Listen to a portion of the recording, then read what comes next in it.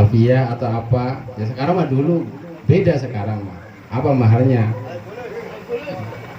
Mobil juga ditanya mobil apa gitu. Sekarang gitu. Itu makanya beda. Jadi makanya sulit untuk mengilmiahkan yang namanya perkawinan itu. Makanya semuanya dari pengalaman dan budaya masing-masing. Jadi karena saya juga bingung mau apa-apa, kita ngaji bareng-bareng tentang alfiyah. Bismillahirrahmanirrahim. Dalam bait alfiyah itu ada syair yang berbunyi seperti ini. Wa huwa bisabqi khaizun tafdila mustaujibun sana'iyal jamila. Ada yang namanya Jamila di sini? Ada. Semua Jamila. Wa huwa bisabqi khaizun tafdila mustaujibun sana'iyal jamila. Jadi sebelumnya yang pertama kali saya mohon maaf kepada orang-orang yang lebih berpengalaman. Bapak-bapak yang lebih berpengalaman dalam masalah pernikahan di sini.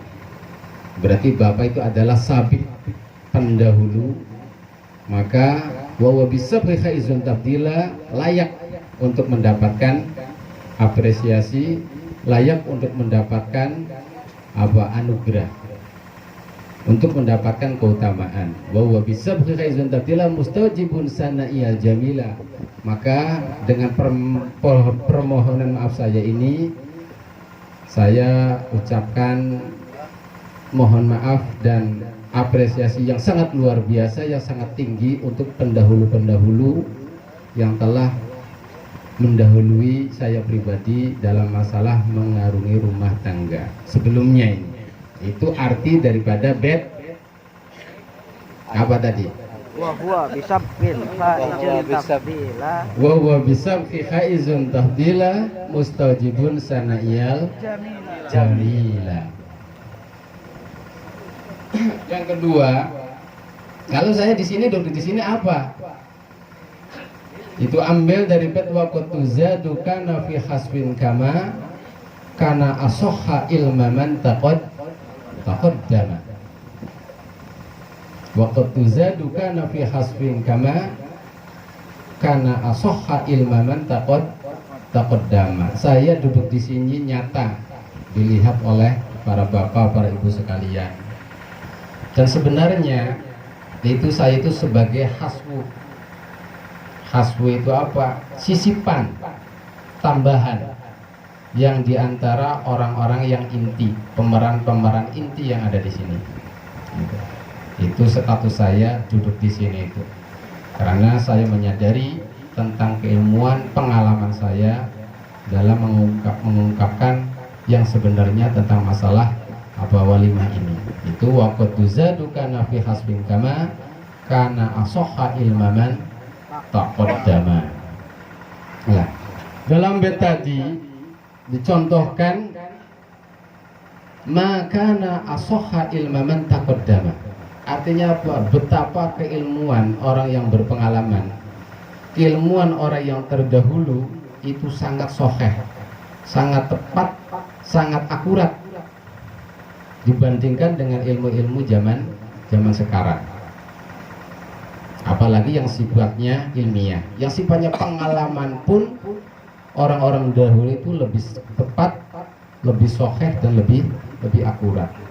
Maka sangat salah sekali kalau kita punya keilmuan bertujuan untuk menghakimi keilmuan orang-orang terdahulu. Kita punya ilmu tujuannya untuk apa? Untuk menilai tentang keilmuan orang terdahulu. Naudzubillah. Dan sekarang banyak ilmunya belum seberapa berani menghakimi ilmunya orang dahulu. Kita jangan sampai seperti itu. Hadirin rahimakumullah. Lalu kaitan dengan masalah pernikahan ini, dalam bait alfiyah tadi saya ada sering pesan yang mungkin bapak dan ibu pun sering mendengar pesan itu. Istilahnya jangan gampang untuk kita bermain cerai. Sering ya Pak ya? Jarang mempermudah kita mengatakan kata kata cerai. Dan ternyata kalau kita lihat di pengadilan agama sangat luar biasa, selalu meningkat dan meningkat gitu. Kenapa bisa terjadi hal seperti itu? Ternyata kalau kita lihat karena minim tentang keagamaan orang tersebut. Jadi hadirin rahimakumullah, yang namanya perceraian dalam Islam itu memang suatu keniscayaan. Artinya hukum yang memang benar-benar ada. Hukum yang benar-benar ada. Tapi karena Islam adalah ummatan wasaton, umat yang sangat terbaik, umat yang moderat, umat yang posisinya di tengah-tengah, maka harus ada yang namanya dalam pernikahan istilah talak, perceraian itu. Tapi harus kita pahami dengan yang sebenar-benarnya. Apa sih fungsi daripada perceraian itu? Jangan sampai kita ternyata kita terjerumus dalam apa yang diinginkan oleh musuh kita, yaitu iblis laknatullah alaih. Hadirin rahimakumullah, Islam tadi dikatakan ummatan wasaton, umat yang sangat ideal, sangat manusiawi, berbeda dengan umat-umat yang lain. Kita lihat ada umat dalam pernikahan itu seperti binatang, jadi dia menyalurkan biologisnya bebas kepada siapa saja. Itu ada umat di dunia yang seperti itu, dan Islam tidak seperti itu. Ada lagi umat yang mana bila mana udah terjadi pernikahan itu tidak boleh yang namanya ada perceraian, tidak boleh adanya perceraian. Itu seperti di Hindu, umat Kristiani, itu namanya ifrat. Kalau yang tidak ada aturan dalam penyaluran biologis itu namanya tafrid. Dan Islam adalah wasat, pertengahan. Makanya jadi umat yang terbaik. Lah wasat di sini karena hal yang sifatnya tidak harus seperti itu disyariatkan dalam Islam. Cuma kalau kita lihat bagaimana kalau kita terjadi akad nikah itu, angkah tuka wazawwajtuka bima amarallahu bih min imsakin bima'ruf aw tasrihim bi ihsan. Perceraian boleh terjadi, tapi kalau kitanya udah makom ihsan dulu. Itu kan berat itu. Berat. Itu perceraian yang diperbolehkan oleh Islam. Bina pelakunya udah sampai makom ihsan. Sebab tasrihim bi ihsan. Kalau belum sampai tahapan itu, yang ada hanya baik pernikahan atau perceraiannya itu dianggap jelek. Bahkan perceraiannya lebih jelek daripada pernikahan itu sendiri. Naudzubillah. Hadirin hadirat rahimakumullah, karena melihat hal itu kita ambil bahwa memang janji pernikahan dalam Islam itu adalah tasrih bi ihsan, imsak bima'ruf, dua pilihan, dan itu adalah sifatnya ikhtiyari, pilihan kita. Kita dalam Alfiyah di bab domair ada yang apa enggak? Kitab domair, bab domair. Wa fi ikhtiyarin la yaji'u munfasil idza ta'atta ayyaji'a muttasil. Apa? Ulangi lagi coba. Wa fi ikhtiyarin la yaji'u munfasil idza ta'atta ayyaji'a muttasil. Wasil awifsil. Terusnya apa itu? Wasil. Ada nggak yang hafal? Udah sambil jalan. Pertama, waqfi ikhtiyarin.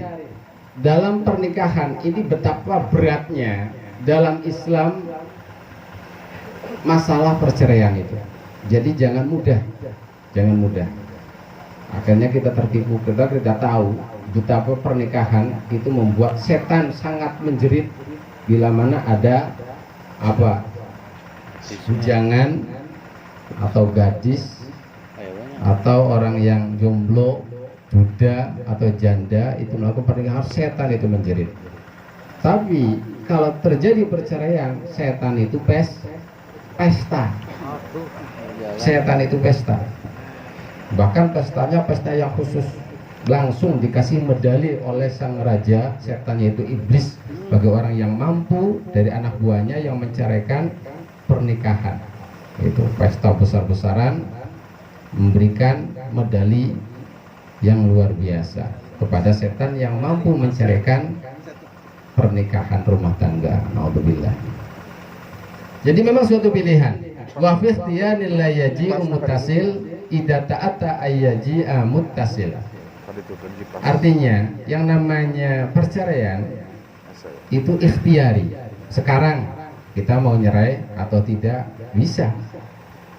Tapi apa? Kalau kenyataannya wa fi ikhtiyarin la yaji'u munfasil idza ta'atta ayyaji'a muttasil, bila mana tidak dikehendaki perceraian itu, buat apa kita melakukan perceraian? Bukti nyata itu dalam Islam itu sangat nyata. Terus wasil awifsil fi kuntufi wa fi kuntuhu khulfun tama, pokoknya akhirnya seperti itu.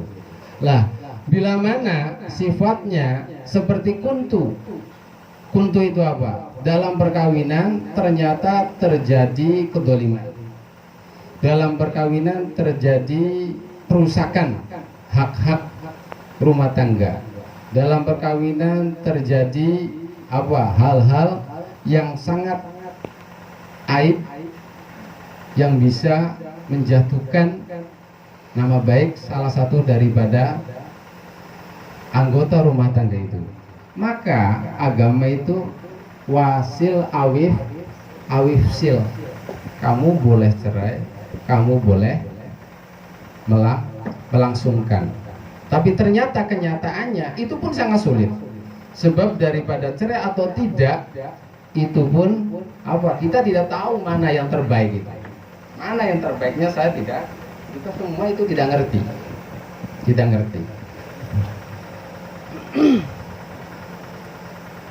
Itu sangat sulit. Wasil awifsil.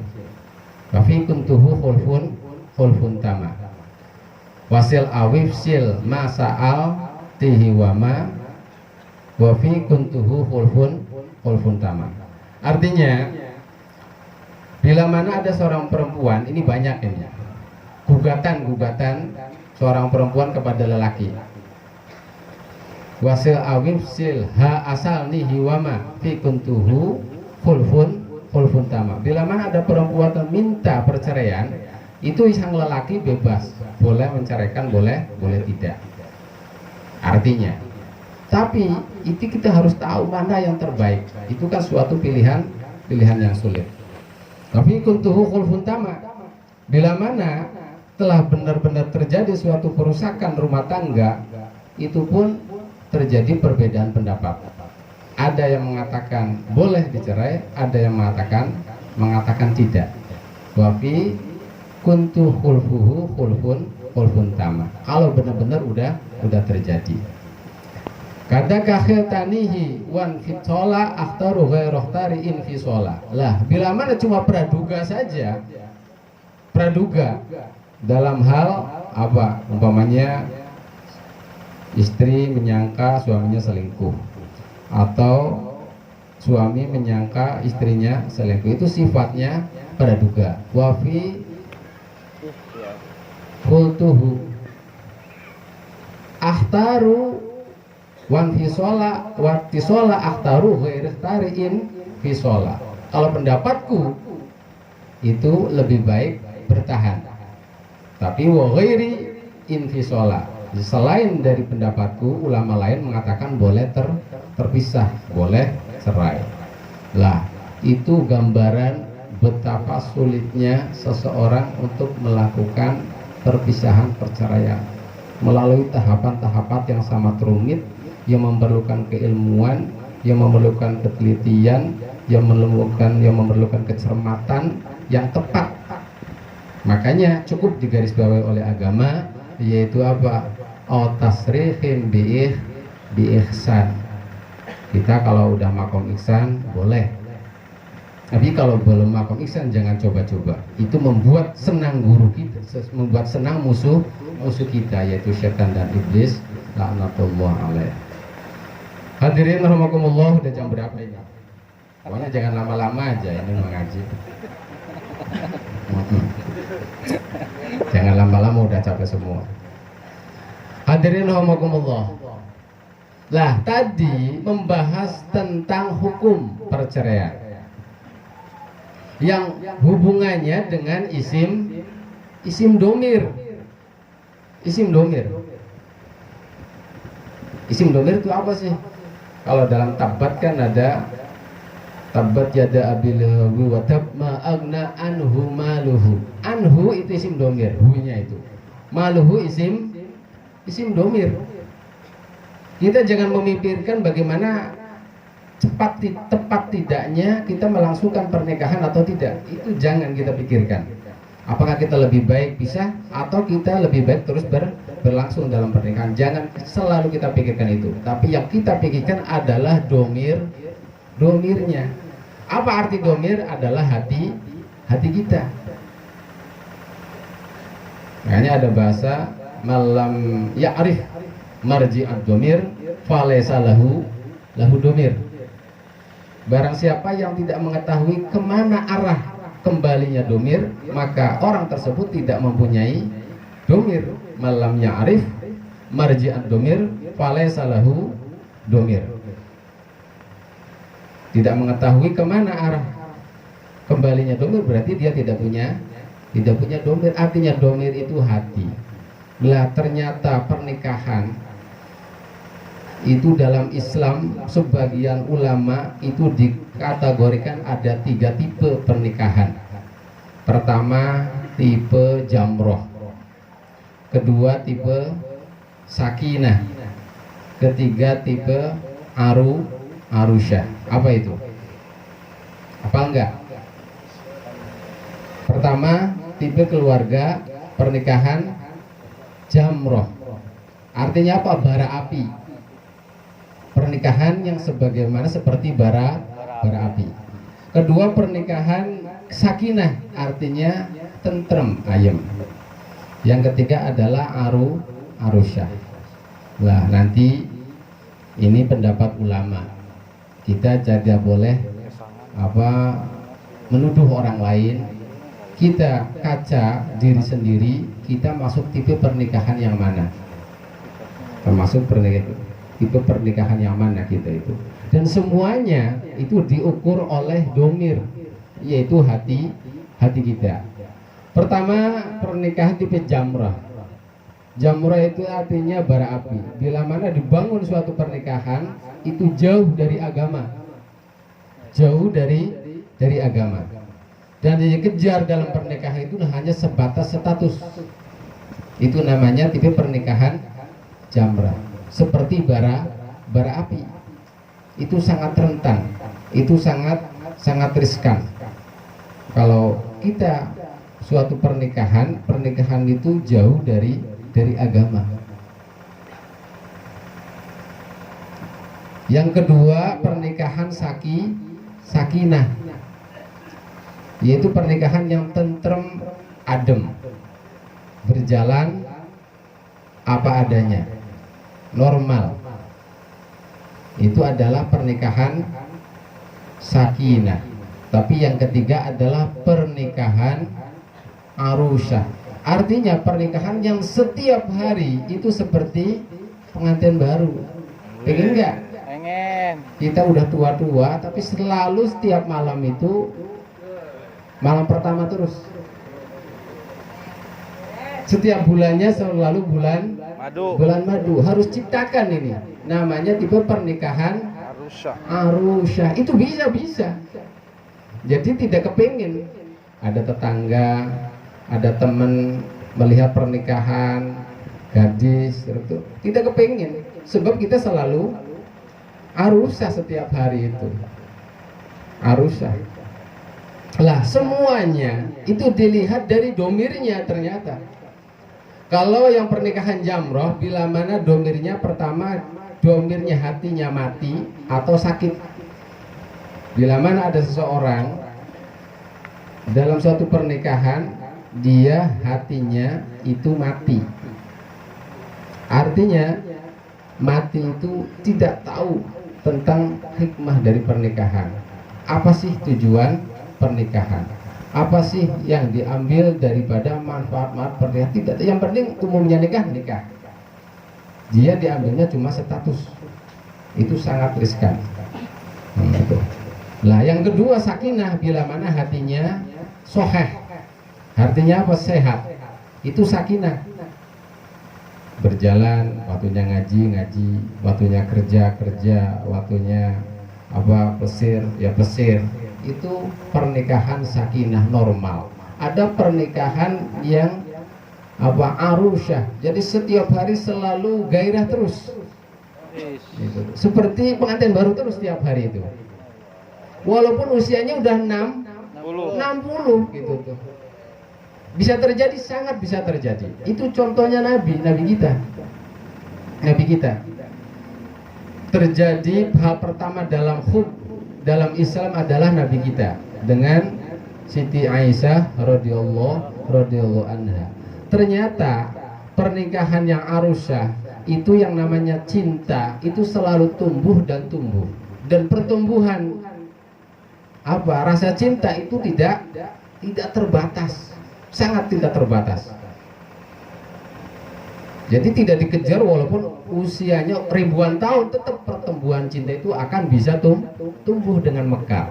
Makanya dari situ akan bisa terjadi bila mana pernikahan itu yang namanya pernikahan arusah. Jadi kulli yaumin arus, setiap hari jadi pengantin. Setiap malam bulan madu. Setiap malam itu malam pertama. Bisa jadi itu bila mana hatinya itu hati salim, artinya hati yang selamat. Domirnya itu artinya selamat. Itu akan terjadi yang namanya kulli yaumin arus, setiap harinya. Karena ditopang dengan yang namanya cinta yang terus tumbuh yang tidak pernah habis. Kalau sakinah itu hati yang soheh. Kalau jamroh hati yang mati atau sakit. Makanya orang yang masuk surga illa man atallahu biqalbin salim. Jadi tingkatan sehat, soheh itu dengan amal salim beda. Kita kalau lihat dalam ilmu sorof, fi'il salim dengan fi'il soheh beda. Kalau fi'il soheh itu fi'il yang tidak ada huruf elatnya, yang tidak ada penyakitnya, huruf penyakit, yaitu wawu, alif, ya. Tapi kalau fi'il salim, selain dia tidak punya huruf penyakit, juga tidak punya tad'if, tidak punya hamzah, itu fi'il salim. Jadi lebih hebat. Kalau kita ingin menciptakan pernikahan yang selalu setiap harinya itu malam pertama, bulan madu, ciptakan hati ini, hati yang salim. Kalau ingin standar, ya hati yang soheh gitu tuh. Kalau ingin yang amburadul, ya hati yang sakit atau hati yang mati. Dan ini tidak ada hubungannya sama sekali dengan perceraian.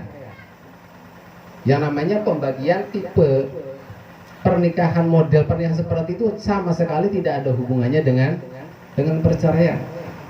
Kita jangan beranggapan ada orang cerai, oh berarti dia tipe jamroh. Tidak bisa seperti itu.